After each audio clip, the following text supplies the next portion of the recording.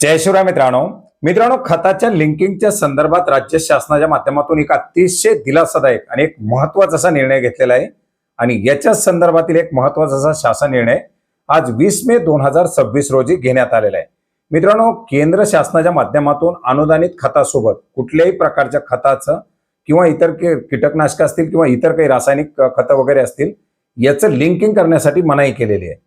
परंतु मोठ्या प्रमाणात या खताबरोबर कंपन्या लिंकिंग करून नको असलेली खतं, नको असलेली औषधं शेतकऱ्यांच्या माती मारतात आणि यासाठी खूप मोठ्या प्रमाणात शेतकऱ्यांच्या माध्यमातून आंदोलनं करण्यात आलेली आहेत।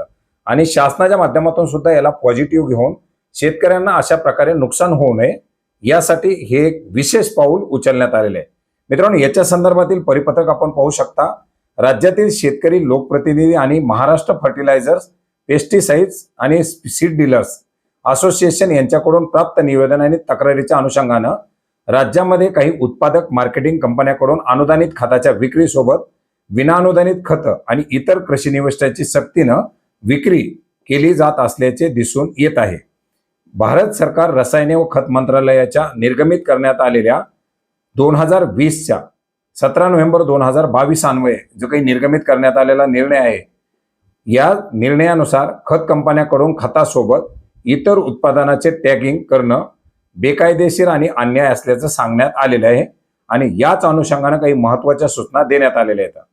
शेतकऱ्यांचं हित व तातडी विचारात घेता राज्यामध्ये अनुदानित खताचं उत्पादक, पुरवठा कंपन्या आणि अनुदानित खताची विक्री, पुरवठा करण्याबाबत देण्यात आलेल्या परवान्यातील अनुदानित रासायनिक खते सोडून इतर विना अनुदानित खते, सूक्ष्म अन्नद्रव्ये, जैव खतं, जैव उत्तेजक इत्यादीचा पुरवठा व विक्री करण्यास तात्काळ प्रभावानं मनाई करण्यात येत आहे।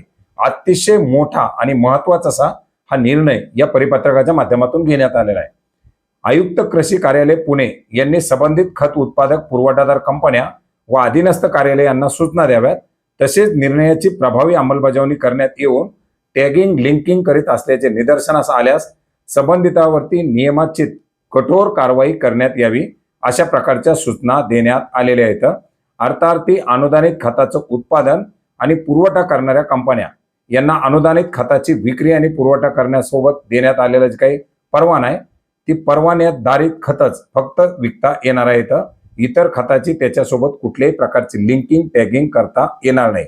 आणि अशा प्रकारे जर लिंकिंग केली तर त्यांच्यावरती कठोर कारवाई केली जाणार आहे। शेतकऱ्यांना सुद्धा जर अशा बाबी निदर्शनास आल्या तर त्यांनी त्या कृषी विभागाच्या निदर्शनास आणून द्याव्यात।